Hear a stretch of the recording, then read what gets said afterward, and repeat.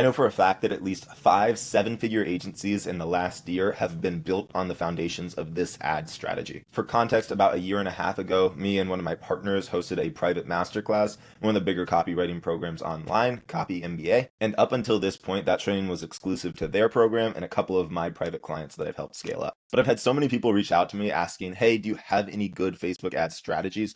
All of the trainings are outdated. And I looked on YouTube and I was like, holy cow, like the quality here is so low that I feel like I need to release this. But in this video, we go over extremely advanced tactics as well as very foundational concepts that once you internalize them, you're going to get so much more talented, not only at Facebook ads, but just advertising in general. So this is the full uncut version, finally made public. There's no fluff, just the core fundamental strategy on how Facebook ads work and how you can use them for your or other businesses. So if you're tired of seeing the same recycled advice over and over and over again, this video is for you. Without further ado, let's dive in. Welcome, week 68 of Inner Circle Calls. Welcome everybody. We got David, we got Tanner, we got a lot on the fucking schedule today. So I'm gonna let the boys introduce themselves and give you guys a little bit of a fucking background on them, and we'll jump right in. Hey, what's up, guys? All right, so Griffin, we're in a mastermind together. We worked with a funding company, scaled that up, and now we do primarily offer launches. But when we do those launches, the way we grow those is for people that often don't have an audience. So we can't just run organic for them. So we scale their offer up through cold traffic primarily. Now, obviously organic has a place and it's super valuable, but having the ability to just like press a button and double the revenue your company is generating in a month because it automatically spends more is a super valuable skill to have. And so we're going to be giving you kind of the basics in the masterclass on how to get started with ads, how to understand the algorithm. And then obviously if in the future you guys want us to dive more in depth, give a more specific process, things like that, we can always do that. But Tanner, I'll let you give a short introduction for yourself.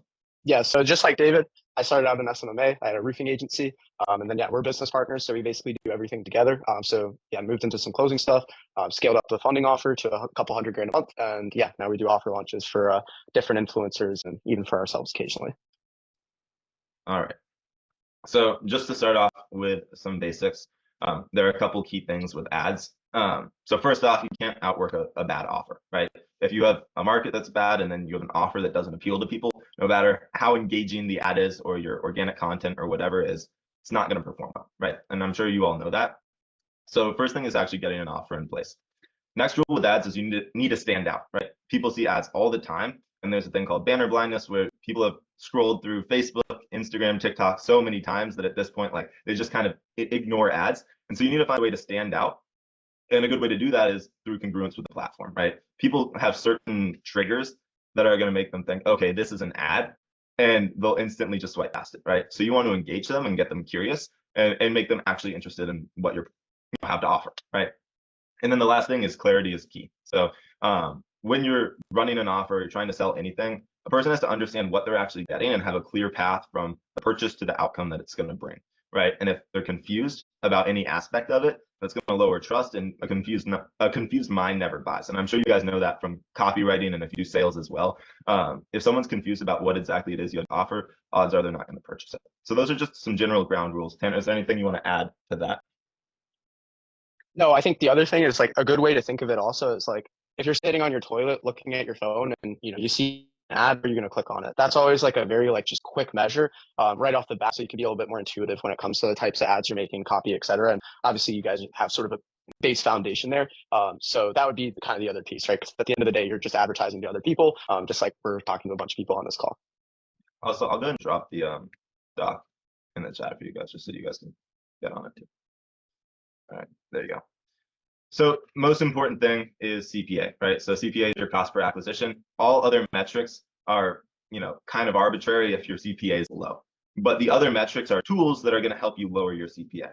So the language that Facebook speaks to you in is through the data. And by looking at that, you can understand where an ad's doing well and where an ad's not doing well. And that's one thing that organic content can't do, right? You don't get the thumb stop rate on organic content. You don't get the click-through rate. You're not able to see that data. And so it's a lot more difficult to understand what's actually going to appeal to an audience. A little bit more trial and error. Now with organic, trial and error just means refilming videos, whatever that looks like. It doesn't cost you anything. But with ads, you're able to get very, very quick, basically response cycle. You're able to see if something you're doing is working, and you're able to tweak that. And once you have something that clicks, then your CPA is going to drop as a result of that. But CPA is the overall thing we're trying to get as low as possible.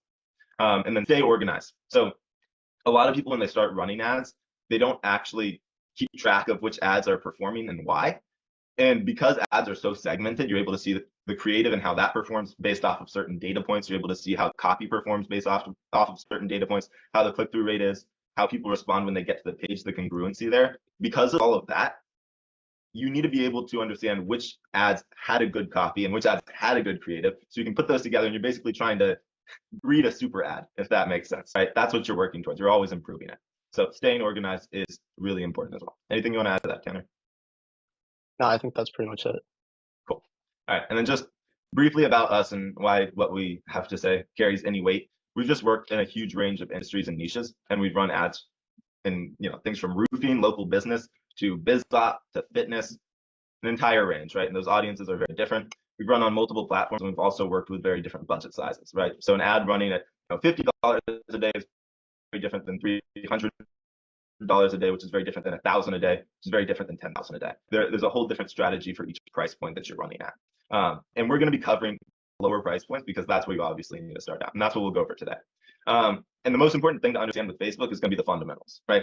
So Facebook is almost like a living being because it's constantly evolving. So if you guys understand how like an AI model is built, it's not like coded in the way like traditional Python code is, where you just like write out a script. What you do is you have bots put together a bunch of different algorithms and then test them on a data set. And then the best performing one they take, and then they make a bunch of copies of that with slight tweaks, and then they test it again, and they repeat until they get more and more effective algorithms. And at a certain point, the programmers aren't exactly sure why the algorithm works, but it does, right? And so Facebook is similar, and it can edit itself and it can improve itself. And there are also different algorithms running on different accounts. So what you need to understand are the fundamentals, because since Facebook is always evolving, you need to be able to evolve with it and adapt based off of what the data is showing you. And that's really, really important. And so understanding the algorithm, that's going to give you a big advantage against a lot of people that are just throwing copy, throwing creative up there and seeing how that runs. And the best analogy for an algorithm is a predator, because it basically gets an avatar of your audience. If you want purchasers, leads, what interests they have, and then hunts them for you. So we have an image of a predator here to hammer in that point. And so the audience is the group of people that predator hunts through, right? It's searching through that specific audience, and it's going to find the people that actually convert. And so with a new account, one that doesn't have a lot of data, the pixel is where the data is stored. For a new account that doesn't have a lot of data, you want to have a tighter group of people that the predator hunts through, that the pixel hunts through. So it's able to find the right people first on a smaller budget, and then you can expand from there. And so the targeting, you can target on the ads manager itself, but also a lot of that is going to come from Facebook transcribing the video that you're running on, reading the copy of your ad, reading your headline, crawling your landing page to see who you're writing to. And it's going to learn from that as well. And that's what's going to build the audience that goes after. So it's a combination of the ad itself. Facebook can read that and understand that. And then the sort of guidelines that you give it in the ads manager. Anything you want to add there, Tanner? No, I mean, I think like to kind of get very specific about that, like I don't know how familiar you guys are with like different types of audiences, but what that specifically means is you want to start off with more very like narrow audiences. So that would be like a lookalike audience, which is essentially just like a 1% list of like, let's say you have a list of purchasers. It basically creates a population size of about 1 million people that are 1% similar to them. And as David's talking about, Facebook has a ton of data. Like it practically knows when people are like waking up, eating, sleeping, breathing. So especially in the beginning, to train the pixel, you want to start off with those more targeted audiences. So that would be lookalike audiences. If you have like a huge list with, I'd say at least 100,000 people, then you can also run like ads just directly to the list, or you can start in like very specific interests. But general rule of thumb, start small. And then as the pixel starts to get data, like you start to get conversions, you want to start testing out more broader audiences because then the pixel can kind of just go and find the customers you want kind of on its own at that point. Yeah, exactly. I'll just pause here. Do you guys have any questions? If you want to raise your hand, we can pause for a second and just see if there's anything you want us to clarify. If not, we can get right back into it. Going once, going twice. All right, cool. Back to it. Actually, I have one because I heard this the other day, so it might be falsified information. There's another person who I talked to who said the ad account is the one that's doing the learning and not the pixel itself. Is that true, or is it the pixel? Yeah, you can. It can be both. It can be both. It's kind of like a gray area. It's like a good way to put it, especially on like the account side. So the short answer is that the pixel is where most of the data and most of the targeting is coming from. But like, let's say as an example, you had like some business managers taken down or like weird like restrictions on your account, then that can start to impact the data. But I would say like 95 to 99% of the time, at least in our experience, it's all on the pixel side. Yes, and that's one funky thing about ads. If you talk to like 10 different really talented media buyers, they're going to tell you like slightly different Yeah. like techniques for performing. Because there's not like, if you guys have used like a CRM like Go High Level, it's like there's a playbook on how you use this, right? With the ad account, like different ad accounts will have different layouts. It's weird. And it'll change like day to day, and some people's will update and some people's won't. And so nobody actually knows exactly how the Facebook algorithm works, and that's going back to how the model is trained, as I talked about earlier. Um, but generally, the pixel is where the data is stored, and you can take a pixel and like a pixel is very valuable. It's like people's pixels, like other competitors will try and ruin their pixel by like there's times where people like drive like porn ads to a page to like just screw up the audience. Like that's like a thing that happens. So the pixel is where most of the data is stored, and that's going to be what actually determines if your ad's targeting the right people. And that's built up through running ads and spending budget and getting in front of people. But yeah. All right. So general rule of thumb, Facebook knows its stuff. You just need to train the pixel. From what there used to be like within the business manager, within the ads manager, there was like a very advanced version of it that you could turn on where you're able to like really tweak small details in it. And that existed, I think it was like 4 years ago. But they actually removed that because what ended up happening is like people will never be better than the algorithm, right? It's trained on such massive data sets. So most of the time you want to let Facebook do its thing. You just need to guide it in the right direction. So good rule of thumb to follow. So Tanner and I personally like to start off with a small, high quality audience, so like a 1% lookalike audience. And if you don't have a current list you can use, you can create lookalike audiences based off of Facebook groups, right? So you can actually, like, let's say you're trying to sell to current salespeople, you can get lists designed off of Facebook groups, like Jeremy Miner's group, Cole Gordon's group, whatever, where current salespeople are in those, and then use that as a lookalike audience to target people similar to them, similar interests, things like that. So here's a graphic that kind of goes over it. You've got your source audience, and then it basically finds people similar to that, right? And they're likely to have the same interests, same passions, whatever. I also just, by the way, I just dropped the tool. So if you want to create a Facebook lookalike audience from like a Facebook group, the link that I just dropped, that's where you can do it there. I think it's pretty cheap. So we'll put it on the doc afterwards as well. Yeah. And so after you start running it, you kind of run on a small budget. So generally between like $50 to $300 a day, depending on what you're testing with. As you start to scale that up, if performance maintains, that means your pixel has found the right scent and it's actually going to the proper lookalike audience, right? It's trained on the original source that you gave it, and then it's found people similar, and those people are converting. If your performance maintains when it does that, that means you're good, your pixel's working, you found the right audience. If your pixel isn't performing, you can retrain it, but we can get into that later. And as I mentioned, Facebook's constantly testing new algorithms, different accounts run on different algorithms. So another thing to know, your audience has different costs, right? And we'll get into CPMs, which is the cost to get in front of 1,000 people. But Rob at Walmart, who's making 2-3K a month, will cost a lot less to get in front of than Larry the Millionaire, because he has a lot less buying power. And that means that in BizOp, your CPMs to get in front of a general broad audience might be a lot cheaper than if you're trying to sell to current salespeople that are making money, or to business owners, or to roofers, or something specific, right? And so that can be determined based off how much money they have, like how much buying power they have, and then also how niche of an audience it is. Because if you're trying to get in front of, a very small subsection of the population, then there's less people to get you in front of, so the cost to get in front of those people is more. It's like supply and demand, essentially. So that's a good thing to remember. Your CPMs might not be the same as someone else's if they're going after a different audience. Already kind of covered this. So here's an overview of audience types. Tanner, I'll let you kind of go through this section, and then I'll take the next. Yeah, so basically like the different types of audiences. So first would be interest-based. So this is like if you selected like, people who follow Elon Musk, or, they're interested in, let's say you're selling a vegan fitness offer, they're interested in vegan stuff. So one of the things you can do through Facebook is you can target very, very specific interests. I typically don't really use a lot of interest-based targeting, although I do know a lot of people that do. That just kind of boils down to more personal preference, honestly. But that is one kind of way you can do it. And then there's certain interests that'll have more people in them. There's certain interests that'll have less people in them, just like, with normal hobbies, right? Lookalike audiences, I already kind of talked about this, but essentially what it is, it's like, again, let's say you have a list of, customers or people that booked appointments, people like lead opt-ins, doesn't really matter.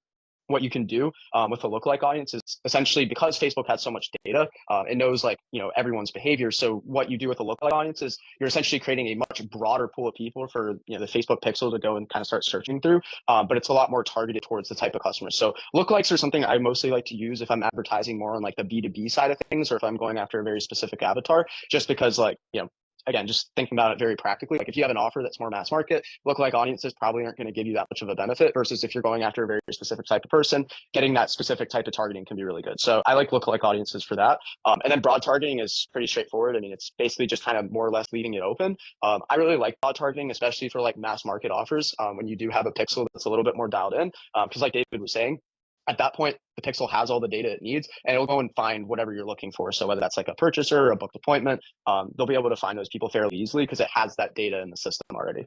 So yeah, I would say like to start off with, like I said, like if you're starting like a brand new account, which will also have a spending limit, by the way, so you need to kind of like progressively bump that up. But if you're starting on a new account, never run ads before, I would probably start with lookalikes and interests. And then, as you start to get more data in there, I would start testing out, like some broad audiences there, because those are going to be the most scalable long term. Yeah. I'm just answering a couple of the chats. So oversimplification equals turn the pixel until the numbers indicate that as the audience, and then transition to broad. So essentially what you want to do, Riley, is you want to give the pixel the data that it needs on a small audience, and then as you expand the budget, it's going to expand who it basically gets in front of. Broad means that you're leaving it pretty much up to Facebook. And it's most of the targeting on specific people is going to be based off of your ad copy, the image, and all you're doing is you're saying a location and an age group.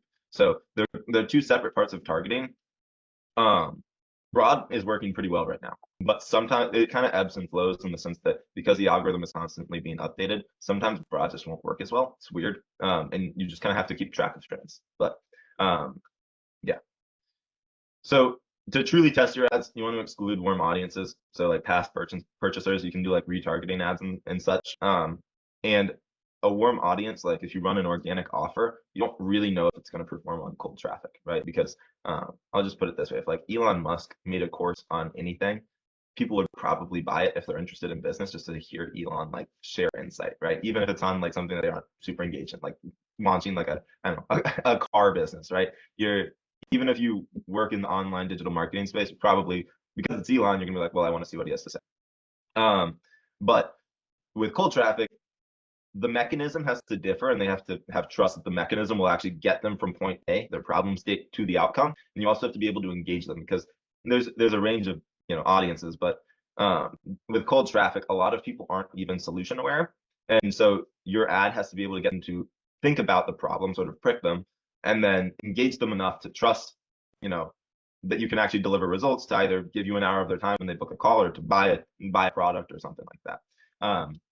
So that's why when you're testing ads, you can't really run it to a warm audience. You're not going to get a true test of if the offer actually has legs. This is just a simple graphic for Facebook audience targeting. So with testing, first thing you want to do is you want to actually get some results on a small ad spend, right? And then scale the winners from there. You don't want to start with a super large budget, because sometimes you don't know if the offer has legs, things like that. And until you actually like see that, you're not really going to know if you should be scaling, right? So you start on a small budget, you're going to find the winners, and they're going to be KPIs that'll indicate that. And we can go over those KPIs at the end. But once you find a winner, that's when you want to start to scale spend. And then spending more provides more data, but obviously it costs money. Another thing to know is that when you scale, your costs are generally just going to rise as a whole, because you are getting in front of a larger group of people. And so that means there are more people saying no to your offer, right? Even though you can be getting in front of like similar audiences, when you get in front of, go from like 1,000 people that you're in front of to, 1 million, there are going to be a lot more people that say no than say yes. So that's why with scaling, your costs are going to rise. You just want to make sure that they're rising within KPI, so that they're proportional to what that scale should get. Tanner, do you want to add anything there? As far as like the metrics? Yeah, I mean, I would just say like the biggest thing with the metrics is just kind of like going back to something David sort of mentioned at the beginning of the call. Like obviously the end all be all is like you want a low CPA, cost per acquisition. What these metrics are more there to do is just to indicate, like, let's say there is something wrong with your ad, it can kind of give you a good idea as far as what that could potentially be. So like, as like a quick example, if you have a very low unique CTR, that means you're probably not getting a lot of intent. People aren't that interested in whatever it is that you're saying. If you have like a very low CTR all, so just so you guys know what the difference is, unique CTR is if someone's actually clicking on the link to whatever website you're trying to send them to, whatever funnel page you're trying to send them to. CTR all is basically like the thumb stop rate. So it's like if someone sees you out on screen, do they like stop to look at it? So if you have a low CTR, and that would be, it depends on the market, but let's say generally speaking about 4 to 5%. If it's below that, then that might be an indication that maybe you need a little bit more of an engaging creative. I tend to look at the unique CTR as more to do with like copy and the offer specifically. And then CPMs are just like, how many people is the ad being shown to, right? So that has some more to do, partially to do with the creative. Like if you have a more engaging creative, Facebook's going to want to show it to more people, just like a piece of organic content. But that also can have things to do with like, the type of audience you're going after. Because let's say it's an example, you're targeting a lookalike. A lookalike's a lot more targeted with very specific people you're trying to get at. And especially if you're doing something on the B2B side, that's going to tend to be a lot higher than something when you're targeting broad, just because, again, you're going after more specific people that, probably have more money there. So the best way to look at it is like if you're kind of looking at an order, so you have your CPMs, then, you have your CTR all, unique CTR, and then obviously your cost per click overall.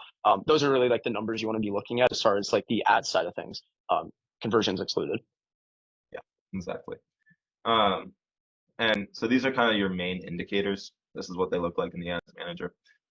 This is going to show how many people actually click through to your page. That means that you engage them enough on the ad to get them to actually like go off of Facebook, like click on the link. CTR all is that's generally focused on the creative. So if you have a low CTR all, that means that your creative doesn't engage with them, or they're just instantly seeing it and thinking, okay, this is an ad.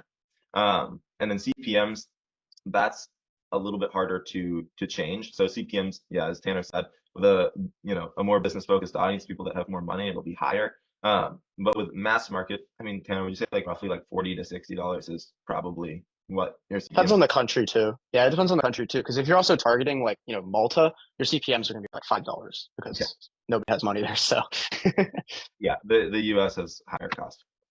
And then obviously how these play in. If it costs you half as much as another person to get in front of 1,000 people and every other metric's the same, then your costs are cut in half. If, double the number of people are clicking through to your page and buying, then your cost per acquisition is cut in half. And then this is just an indicator of if your ad's like engaging them. This is just an example, like CPMs can differ per industry. Best practices. Tanner, I'll let you kind of go through this and then I'll add to it. Yeah, so now we're going to start to kind of get into like how to actually make the ads and like what makes a good ad and kind of how you want to go about that. So first, just right off the bat, something super important to note is that, again, Facebook is really, really smart. So if you, let's say in your hook, let's say you're trying to target roofers, trying to sell an agency service as an example. If you put roofers in that first line, Facebook's going to tend to show it to roofers because, they're smart and they can see what's in your ad copy. They crawl your page.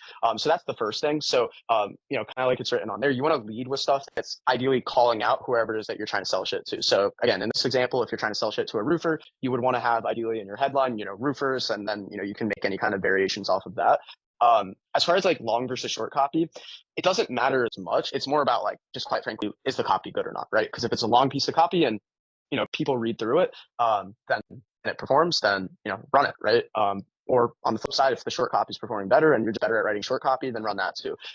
That will also partially depend on like the season you're in. So like right now we're in summer, like people want to go outside. So typically I would say like in the summer, you'd want kind of more short attention span stuff. So, maybe some shorter copy, maybe a little bit more straight to the point, just because people don't have as much time on their hands. And then as far as like, the copy, like what you should write in it itself, I would say like the biggest thing is like, it's the offer, like David said, right? It's like angling your offer in a way, where the target audience that you're going after, like they actually want it, right? And using different examples, so like maybe stating different pain points and, things of that nature. So like one of my best performing ads in the agency space was, basically like explaining how like all of these roofers, they'd use a bunch of like Angie's List services, bought a bunch of bullshit leads, worked with a lot of marketing companies who had burned through their money. So I take advantage of that in the copy. And then I list out, like some like quotes as if I was a roofer, like, like I paid this kid $1,500 for Facebook ads and he didn't get any shit, stuff like that. And then, you want to kind of make it sort of towards the end of the copy, start to get into like whatever it is, like essentially your offer, right? Obviously that's going to kind of depend slightly based on what you're selling. Like if you're trying to sell a product, it's going to be a little bit different than if you're trying to just get someone to book a call. But generally speaking, like the structure should be like, call out whoever your audience is with some engaging hook. Hooks tend to be the 80-20 of ad copy. So as far as testing, that would probably be the first thing that I would test there. And then basically from there, like you want to, get into whatever the offer is, like, state pain points, things like that. Obviously, it depends on, what market you're advertising to, whether they're towards or aware way. You kind of want to take that into account. And then the end of the copy should ideally be some type of call to action. Yeah, exactly. And this is just basically a look at what an ad should start with. So an open loop, this is an example. What causes so many women over 60 to try all these fad diets but never lose any weight? Why are 95% of copywriters unable to cross 10K per month in 2024? Something that gets you to ask a question to yourself, right? So for me, for example, it's like, why are so many business owners in 2024 struggling to build a congruent team, right? A team that works together. That would make me think, I wonder why. Well, that applies to myself. Let me click read more so I can see what this person has to say, and so I can get an answer to that, because it's an open loop in my mind I'm thinking about. I'm sure you guys know about open loops from just like writing copy. And then generally the path you want to follow, problem state, right? Get them to think about the problem. They might not have thought about the problem for 6 months, but if you're like, why are so many men in their 20s overweight in 2024, right? If I was overweight, I'd be like, wait, that applies to me. I wonder why, right? And then you give them a mechanism and you want to give an out, right? So that could be, you give them a thing to blame. It's because of XYZ chemical in foods that are super common in, college cafeterias or something. And the best way to work around that is with XYZ mechanism, which solves it, which then allows you to easily shed off the weight within, a month and have that lean, ripped beach body, right? This is just sort of me going off the dome, but that's an example of how your ad should progress. And then if you want to learn more, click below. You get them to go to your page, and then your page is going to do the actual conversion. You're just getting them curious enough to think, hey, this is something I kind of would like to solve, right? A few things to implement: stories to engage emotion and logic to justify. So if you have stories of clients, you could use like a quote in their head, right? Man, I'm never going to succeed with my agency, right? That could be like in quotes, right? Man, I'm never going to succeed with my agency. That's what I remember telling myself 6 months ago when I was sending out 500 DMs per day and getting 0 responses, right? Something like that, where people can relate to it. And then you use logic, right? Well, the problem is that because these people are getting 100 DMs per day, DMs don't work anymore. And so now you have to use this method to actually acquire clients, because that old thing doesn't work, right? That's your logic to justify your solution. And then the outcome is you want to get them to the state after they implement the mechanism and get whatever result they want, right? And then you want to test headlines, intros, and so like headlines and hooks to basically see what's actually engaging your audience. So headlines are a factor on Facebook, not as much on Instagram. Headlines are essentially the thing right underneath. And an example of a bad headline is like 50% off. An example of a good headline would be like selling to the outcome, right? Like lose 30 pounds in 30 days. That's not compliant, but you see what I mean. And just figuring out what messaging actually resonates. And then for the creative, you want the ad to look native. So that means, like, I absolutely hate when people use those stupid Canva like images where it's like, like a little squiggle across the screen. It's like purple and it's just got like some like text. Like, it looks so, well, ad-like. And so people don't look at it. It's just like banner blindness.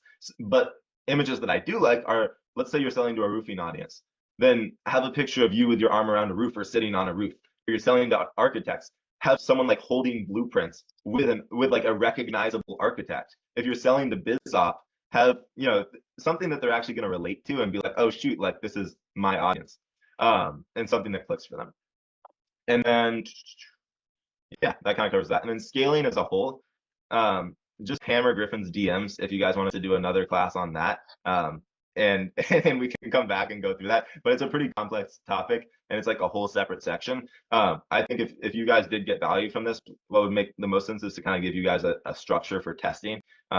That would take about an hour to share, but we can basically go through phase 1 of figuring out messaging, phase 2 of creative testing, and then phase 3 of audience testing. But just to go over some key takeaways, and then we can take some questions. This went faster than I expected. Deeply understand your audience, right? What appeals to them? How can you hook their attention? What are things that actually matter, they relate to, and they care about, right? If you can't understand that stuff, your ad is not going to perform. When starting on a fresh account, guide the algorithm, right? Start narrow on a smaller budget, help it understand who you want to sell to, get within KPI, get the metrics you're looking for, and then you can start to up budget and expand from there. Aggressively test creatives and headlines and hooks, right? You want to constantly be seeing what's going to work. So here's an example with like headlines, you want to test different things, right? How to make money without working 10 hours a day versus how to become a millionaire in a year, right? Those are two different angles. One is like the outcome that they're getting to, right? Becoming a millionaire. The other is you can make money without this thing that you hate doing, right? Try that sort of away language versus that towards language. Find words that are really, really impactful, right? I love using the year so that it feels current, right? How copywriters are doubling their client base in 2024, right? That's going to be more engaging than how copywriters are doubling their client base. You're then going to be like, well, what if this worked 2 years ago, but not now, right? How they're doing it in 2024, it's more engaging. Install. Copywriters install this simple blueprint into their business that allows them to cut in half the time it takes to write emails, right? When you think of install, you think of like, let me plug the software into my computer, and it's just going to run and it's going to work, right? Find words that they're going to relate to in other aspects of their life that are going to give them a feeling of like success, and this is going to work, this is current, this will actually give me the result I'm looking for. Think we're not even going to get into scaling, but you're expanding into different pockets of the audiences when scaling. I would probably remove that bullet point, but and then best practice isn't always best practice. So once we give you, in the future, we give you guys like a structure for testing your ads, it's not always the best structure to use depending on what you're running. And sometimes the algorithm will shift. And so Tanner and I will change how we test audiences, how we test creatives, how we test hooks, the budgets we use, because it's always changing. And so when you understand these core principles, and that's why we did this first, and we're covering this topic because it's really vitally important. Once you understand those principles, you can then apply them to the data you're getting, right? How the ads are performing, what your results are looking like. And then you can basically break the rules in a way that's going to give you the best result if you need. Beautiful line, Sam.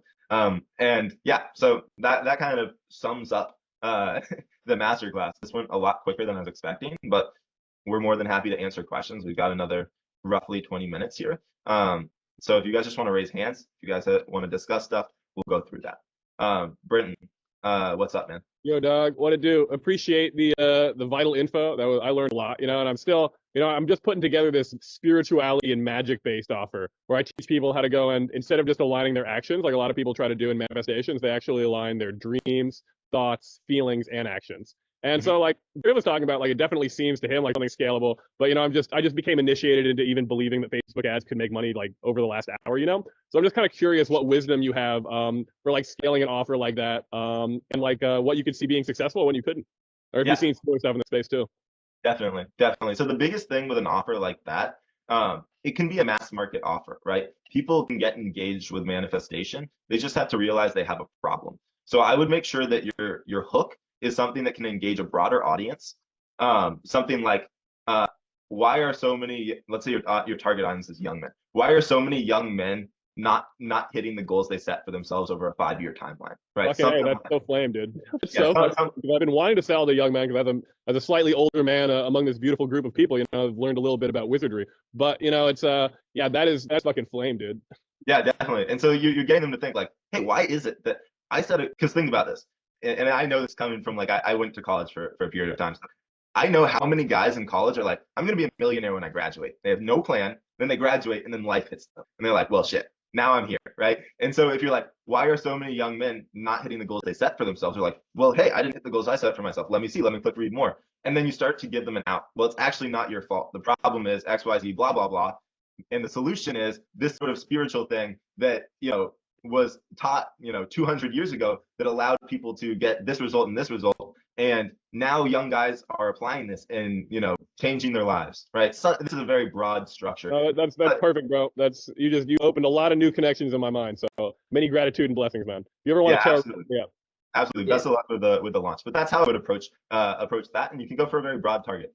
Hopefully that's helpful, bro. I was gonna say, yeah, I'm gonna jump in for a sec. Mind Valley, Sanjit mentioned in the chat, really good like spiritual offer to work off of. They're huge. But if you notice the why, the structure that David's using when he speaks these out loud, how he's able to just spew them like immediately, it just comes up with the idea right away. It's a structure. Maybe we'll go over it a little bit later, but essentially the most important thing is when you ask these why questions, you have to be careful not to personalize the negative, because I've seen a lot of you guys do that in your emails. So be super careful with that. So it's like, why are like this group of people like not accomplishing the thing they want to accomplish? And then you can go into the unique mechanism where it's like, the problem you think is the problem is not the real problem. Here's how I understand it. And then they not only see that you're calling them out directly, but they see that you understand them better, and then you give them the solution. So it's just an easy way to, yeah, the why, what, how. And then the how, yeah, it's just the solution. Click the button. Go click the fucking button. But yeah, that's that structure. Yeah, and then how this works is with XYZ blah blah blah, which allows you to blah blah blah without blah blah blah. If that sounds like something you could use / would be interesting for you, click the link below. I have a XYZ thing that will help you hit your goal, essentially. That's a very, very loose framework, but that's the structure that Griffin's talking about, and it allows you to pump out ads pretty quickly. All right, good ad, Griffin. All right, Stevie, what's up? When you were talking about earlier, like how you tested like your ad or your pixel or whatever you said, and then you adjust it like later, how long do you let it run before you decide, I guess, big enough sample size to know you need to adjust? There's going to be some variables there, Tan. I'll let you kind of touch on that. Yeah, so it's not like really a black and white thing. It's more just like you kind of just got to test it out. So like I'll give you a quick example, right? Let's say you're starting with some smaller audiences, you're seeing some good conversions there. Maybe then the next test you want to run is more to a broad audience, and then that's how you're going to see. So it's more just kind of like eyeballing it, I guess. Like if you start seeing like a lot of conversions come in on the tight audiences, and you can just see there's like actual data on your pixel, because you can go into the events manager, you can see like how many page views you've had, depends on the type of funnel, again, like whether you're trying to sell something or book a call. But like, you'll see a bunch of leads on there. So I'd say like for like book a call, if you have like 50 to 100 on there, typically then you can start going abroad. Again, this is also like nuanced in the sense of like, it also depends on the market, because there's certain markets where you don't want to advertise broad. Like if you're going after, let's say you're like selling like services to like, I don't know, like a private equity broker or something like that.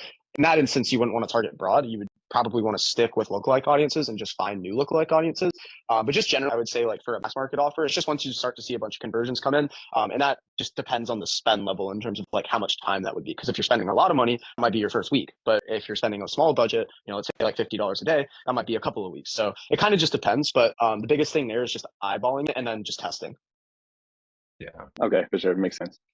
Also, there's a comment by Sanchit. I don't know if I butchered your name, but apologies if I did. But he was asking about like split tests and funnels, it looks like. What I would do on that end is minimize variables when you start. So have the same funnel, make it as good as possible when you start, and then you want to figure out the ad side first, and then you want to extrapolate the ad onto the funnel page. What I mean by that is when there's not congruence, when there's not congruence between your ad and the page, then people aren't going to convert well.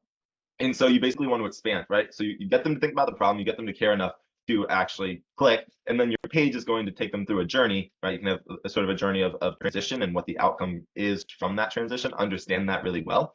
And you want to make sure that they're aligned and they're congruent, and that's going to help with conversions. And then the act of actually going into your funnel and looking at data and seeing, hey, is this actually converting? That's a whole separate topic, a whole separate kind of skill set. And yeah, and I like to minimize variables to keep it short though. Don't split test when you're starting. Get your ad dialed in, and then you can split test on the funnel. You want to do ads first and then funnel. Don't do both. Yeah, and one more thing to add there, like for any test that you're running, always make sure you're only testing one thing at a time. Like you want to think of it as like a science experiment. So if you're testing like multiple different things at the same time, you're not getting statistically significant data on your test. So like if you're, let's say, testing headlines, only test headlines. You want to keep the image the same, the body copy the same, funnel page the same, everything else but the hook you want to keep the same. And that would be true whether you're testing creatives, audiences, etc. Yeah. Okay. One more thing to add. Also, the thing with top of funnel, middle of funnel, bottom of funnel, the more aware the audience is, the less they give a fuck what copy you write or what's on the funnel. They're pretty much just ready to go. And so if it's bad for top of funnel, it's bad for everybody. So I would just always optimize for that on the copy side and the funnel side, because the more aware people don't really care. You could there's a point where you could just send them a payment link and they'll pay. Yeah. So I'm not worried about those people. Yeah, yeah. And just even to expand on that, like if you're targeting an audience that already kind of is, let's say it's agency owners, they're already running an agency and they're like, I just need to get more leads. Then you don't need a ton of copy. You don't need a really long funnel page because you just need to get them to believe in the mechanism and then they'll buy, right? Because they're looking for a solution. Versus if someone's like, why am I so broke? Then you want to engage them on like, why are so many, 20-year-old men broke in 2024? Well, it's because this, and this. And the best solution is this, and here's how the solution works and why it works so well. Check out our page, we'll teach you more. They go to the page and then they go through a whole journey where they need to like feel enlightened from like reading it on like, this makes so much sense. Of course I've been broke. It's not my fault, it's this thing's fault, and I just need to use this mechanism to get the solution I want. It's like that's what you're doing on the page, right? So it depends on your audience as well. All right, William, what's up? And then I think we'll probably have time to get these four in, and then probably I think we'll have to end after Mike Lee. But William, what's up? All right, I'll make this quick. So I know this whole thing was about Facebook ads and this. I'm just getting started in copywriting. I know you and Tanner, you guys are doing it. You're crushing it. I have a question. So if you guys had all the knowledge you have right now and you went back to being around like that 18-ish time frame, like how old you guys were, what are some of the primary things you would focus on as a copywriter, like getting foundations out, if you know what I'm talking about? Yeah, that's a really good question. This is probably a good question for Griffin as well, but I'll share my thoughts. Biggest thing is that I found is you just need to be able to, and as a copywriter, what you're essentially doing is you're like selling yourself. So there's still like a sales aspect. You have to sell yourself to a business owner as being, good. So I would just work on like finding a way to differentiate myself from other copywriters, right? If I were trying to, blow up as a copywriter, I'd want to find a mechanism, just like with an ad, that I use that allows my copy to work way better. And another thing you can do is you can kind of put your competition in the past. This is a concept that Alen Sultanic teaches. But you essentially take what they're doing. Well, they're doing this, and this. Yeah, ChatGPT copy worked great a year ago, but now it's so oversaturated that it doesn't convert, and the Facebook algorithm doesn't like it. And so all these guys using ChatGPT, they're actually going to get your ads rejected and put your account at risk. Versus the way I do things is with this, and this, which will get you way better results, and it works right now because of this. So you just need to work on your differentiating factor, and then putting other people, like you want to remove yourself. So when I'm coaching, other agency owners, I'm a coach in Agency Lab, if you guys know that, but when I'm telling them how to stand out, I want them to not be in the same, even like arena as their competition, right? Yeah, all these agencies, that's an option. Or you can go with us, a growth partner that does this, and this, and it's different because of this. And so now instead of a 10v1, where you're competing with 10 other copywriters, you can remove yourself from being a copywriter. And now you could either get a copywriter, or you can come up with a cool term, growth partner works. Or you can get a growth partner who can build out a marketing campaign for you around this, and this, and optimize your copy for this. And then they're picking between getting a copywriter or you, right? So as opposed to picking between 10 different copywriters, it's like a 1v1 now. So those would be the biggest tips I would have for like starting to get clients and growing. Is that helpful? Yeah, thank you. I'm sure. Definitely. Griffin, anything you'd add there? You're muted. Minus 300 aura. But yeah, basically what I'd say is based on the things that David and Tanner are talking about, when you guys ask questions like if you could go back with all the knowledge you have with no connections, none of that, when you know the things that these guys are telling you about, it's not about who you know anymore. It's about, as long as you know Mark Zuckerberg and you pay him, you're good. So the thing is, Facebook doesn't give a fuck how famous you are. And so if you are like, if they went back with the knowledge they had, or if I went back with the knowledge I had, I would just launch a dating offer with like Google Slides and 11 labs and call it a day. Like, it's probably what I do. Still might do that actually, even not going back in time. So yeah, that's why you just need to focus on the skills, because not only does having the skill not like let you not worry about who you know, because you can just like not like you can just pay Mark Zuckerberg, but you also meet more people by being more skilled because you interact with them, like I did with Dave and Tanner, right guys? Exactly. That's why Griffin got in with the cool kids. I'm just kidding. But you basically, like, just to put a super simple label on that, have a personality. Like, yeah, there's a ton of people in the online space. Like 99% of people are like, don't come across very intelligent, frankly. Like, if you just come across as like knowledgeable and somewhat competent, you can blow up. And just for reference, like, I knew nothing about business when I started. I made 12 grand in my first month ever running an agency. And I didn't know how to run Facebook ads when I started selling, but I sounded like I knew what I was talking about. And so people paid me money, and then I figured out how to do it, and I got them good results. And obviously, you want to be ethical, but if you can just like sound competent, connect with people well, and like have a personality on top of like differing yourself from them, and you kind of can like put other people in the past, like you're going to make a lot of money. It's not as hard as you would think. But hopefully that sums it up well. Ben, what's up, man? Oh, what's up, David? Okay, so for me, I have a client who has a wine business, and he has like kind of like an aerator type of thing. It's like a premium type product, more expensive but better. He has a 3K ad budget, and I'm just starting to sort of set up those ads. And I also have like a person I work with very good at creative, like making videos and stuff. So I was just curious for you, like, what would you do in this situation? Like, how many ads would I make to split test, and then what would I start testing first? Tanner, I'll let you touch on this, but just what I would start with is I would run the same creative, whatever you think would target your audience best. Same copy, and I'd start by testing your headline. I would have a campaign, 1 ad set, 10 ads, different headline on each. Figure out which headline performs best. That's going to help you know what messaging works. And then you can test the hook with that main headline. And once you get a good hook and a winning headline, then I would start testing the different videos. And that would be how I would go about that. Tanner, do you have anything that you would say differently there? No, I mean that's exactly what I would do. The way Are to think. you- Go ahead, sorry. Yeah, headline and hook are going to give you messaging that resonates with your audience. Image, like creative, is going to give you like thumbs up, like what engages them visually, and then copy is generally the thing that's going to make them click through. Do you recommend starting with an image or a video? I know I was sort of was asking about that in the chat, but just curious. I like to start with image. Same with Tanner because it removes variables again. Video, if you can get a really good video extrapolated off of the image, then it'll generally perform better. Generally. But it gives you another variable, and we want to reduce variables when you start. Got it. Is there a recommended budget you would start with daily for those ad sets? Because then you said 10 within the ad set, 10 ads. Yeah, Tanner, I mean, like generally when we start testing, we'll like do like 40 roughly per day. Yeah, it's not necessarily a set number. It just depends on what your target CPA is. So like basically the way I like to do it with testing, and this is like budget aside, I like to do bare minimum 1x CPA on the ad set level. So like let's say you're looking for book calls and the KPI you're looking for is about $40 book call, then each ad set I would set at $40. So you could get theoretically 1 conversion off of that. So that's kind of budget aside. But if you're starting on a small budget, I would say at least $20 to $30 per ad set. Again, like if you have a CPA, like let's say you're selling something really cheap and like the CPA is like $10, then obviously that changes. But I'd say generally speaking, I don't like to make my ad sets go below $30 an ad set to start. Okay, awesome. Thank you, guys. Definitely. All right, Riley, what's up? Yo, first off, thank you boys for this. This was like an actual masterclass, not when people actually like sell masterclass. So appreciate that. When you're going to versus selling a mechanism, like I know when I was first getting into copywriting, a big breakthrough I had with like running emails, for example, was like the sales page sells the actual offer, and the whole point of the email, you're just trying to sell them the click. So to what degree do you have that in your head when you're going to write an ad? Can you repeat that one more time? You're a little glitchy, so it's hard to hear you. Basically, just like when you're writing an ad, how much are you focusing on getting a click versus like explaining the mechanism or selling the mechanism or explaining other things? Like is getting them to just click through the main intention behind like the action you want them to take?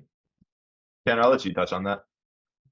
It's kind of yes and no. Like obviously you need to click on the page, but you also don't want like a bunch of curiosity clicks, right? So the reason David specifically mentions like the mechanism side of things is like, let's say you write a piece of copy and it's engaged and gets people to click on the next page, but they don't even know why they're clicking onto the next page. Well, then it's bullshit, right? So at the end of the day, like you want to make sure there's enough intent there while you're also walking that line of like making sure you're getting enough people on the page. But that's where you're going to go and look at like your CTRs, your CTRLs, because that's going to inform you more on like the clicking side of things.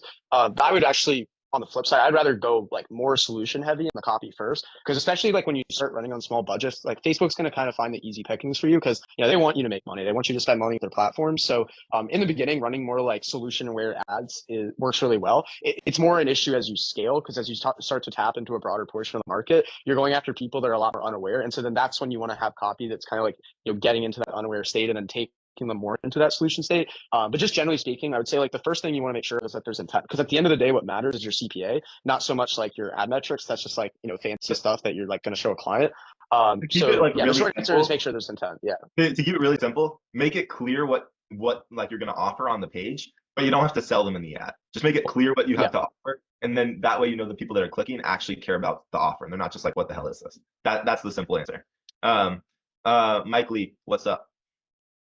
Yeah, I was just wondering where you saw Facebook and all that and the ads in the next 5 to 7 years, because for one, if I'm not mistaken, a lot of the younger generations aren't really using it.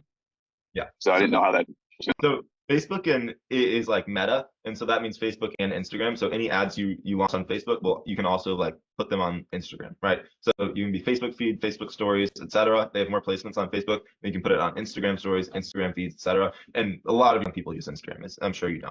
Right. So those are you don't have to tweak too much between those two platforms then, in other words. No, it goes to the almost same nothing. platform. Yeah, almost nothing. The only thing is like a headline looks a little bit different on Facebook than on Instagram.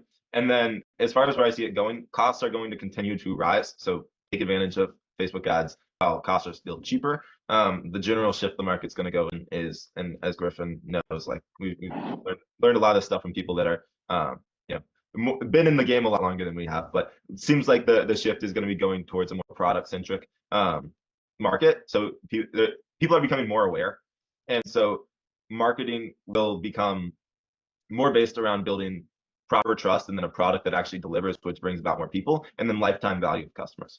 It's not going to continue to be super profitable to get one-time buyers through Facebook. So costs will continue to rise just because there's just more content being put out.